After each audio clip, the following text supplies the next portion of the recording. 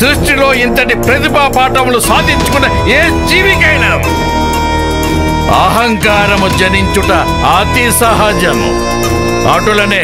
అటులనే నాకు జనించినది. ఈ అహంకారంతోనే సర్వలోక జైత్ర యాత్ర సాగించారు. వీరుడనై పోరాడి విజయం సాధించారు.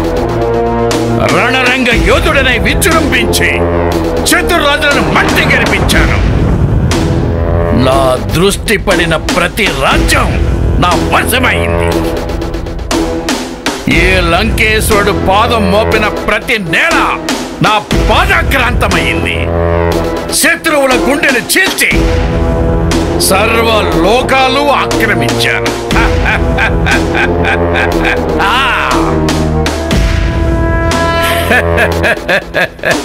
సాక్షాత్తు మా అన్నగారైన కుబేరుడి నాతో తలపడి పోరాడి గెలవలేక దాసోహమై తల వంచినాడు. ముల్లోకాలకు వెలుగును, శక్తిని, తేజస్సును ప్రసాదించి ఆ సూర్యుడే నా ప్రచండ శక్తికి తాళలేక సంధి కోరినాడు. దుష్యంతుడు, సురదుడు, గాధి, గయుడు, పురూరవుడు మొదలగు రాజాది రాజులు, వీరాది వీరులంతా నా పాదక్రాంతమైన వారే. సర్వలోక భయంకరుడైన యమధర్మరాజు సైతం నాతో పోరు సల్పలేక పలాయనము చిత్తగించినాడు.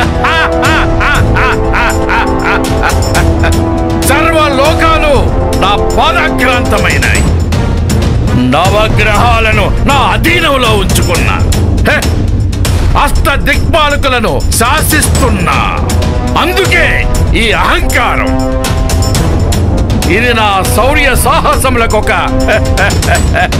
అలంకారం.